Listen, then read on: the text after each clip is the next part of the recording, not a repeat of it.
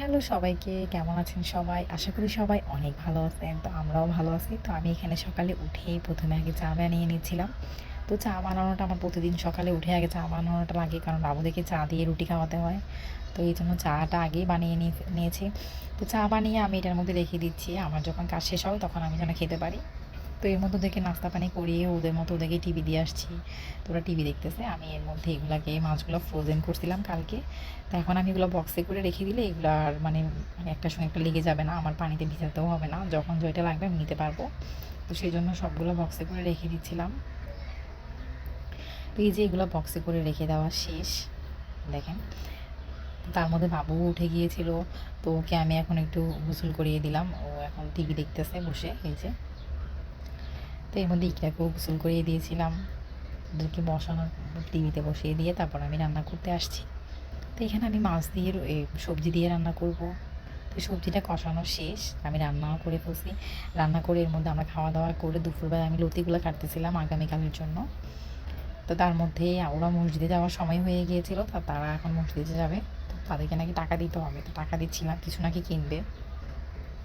তো তার মধ্যে সন্ধ্যাও হয়ে গেছে। সন্ধ্যার মধ্যে আমি টক দই দিয়ে মিষ্টি দই বানাচ্ছিলাম আর কি। টক দইটা আমি বাসায় বানিয়েছিলাম। তো মিষ্টি দইয়ের আর ওইভাবে ভিডিও করি নাই, আমি যেহেতু প্রথমবার বানাচ্ছি মিষ্টি দই কেমন হবে সেজন্য আমি ভিডিও করি নাই।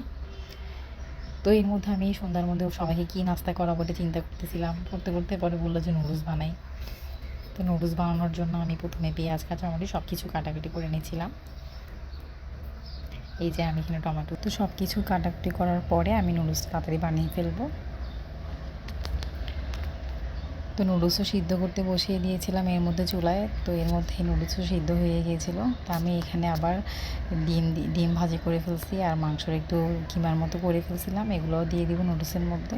আর এখানে একটু সয়া সস ইউজ করতেছিলাম। তো ওই যে নুডলস রান্না করা প্রায় শেষ। ধনিয়া পাতা দিই নাই, সেজন্য একটু মজা কম হয়েছে মনে হচ্ছে। ধনিয়া পাতা দিলে অনেক ভালো লাগতো। ধনিয়া পাতা ছিল না বাসায়, এই জন্য দিই নাই। তো এর মধ্যে আমার আম্মুও চলে আসছিলো ওদেরকে নেওয়ার জন্য, ওদের বাসায় নিয়ে যাবে বলতেছিল। তো এর মধ্যে আমি বলতেছি বস, আমি নুডলস বানিয়েছি, এটা খেয়ে যাই। তো এখানে আমি আমও কেটে দিচ্ছি। তো আজকে সন্ধ্যায় সিম্পল আম আর নুডলস, চা। তো এখানে আমার আম কাটাও শেষ। তো সবাই নাস্তা পানি করে বাসায় চলে গিয়েছে, আর আমার আম্মু আর এর মধ্যে বাবাও চলে গিয়েছিল কাজে। তো এখানে আমি এখানে সব কিছু যেখানে কাটাকাটি করেছিলাম এগুলো সব কিছু ক্লিন করে নিতেছি।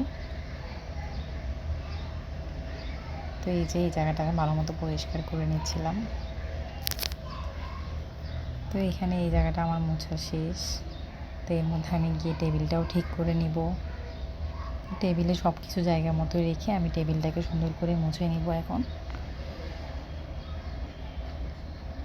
তো এই যে এখানে আমি টেবিলটাকে সুন্দর করে মুছে নিতেছি।